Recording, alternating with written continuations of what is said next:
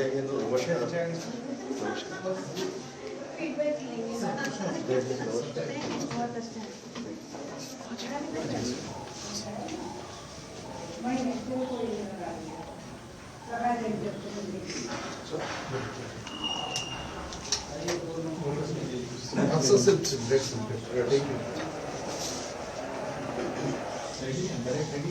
Ready है sir. Thank you 7 second. Thank you आपको तो लंबा दिन होने वाला है। थोड़ा थैंक यू।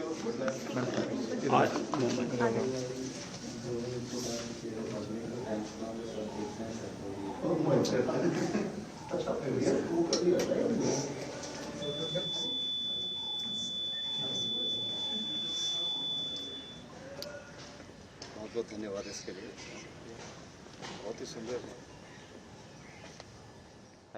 सबसे पहले तो मैं मुबारकबाद देना चाहूँगा कि सारे देश के लिए बहुत फ़ख्र की बात है कि आज जो हम देख रहे हैं कि डेमोक्रेसी में सब अपनी राइट एक्सरसाइज कर सकते हैं, वोटिंग राइट। और ये वोटिंग राइट ही नहीं, एक जिम्मेवारी है हर आम नागरिक की कि इस डेमोक्रेटिक प्रोसेस में भाग लें और भारत का जो भविष्य है खुद ही नियत करें।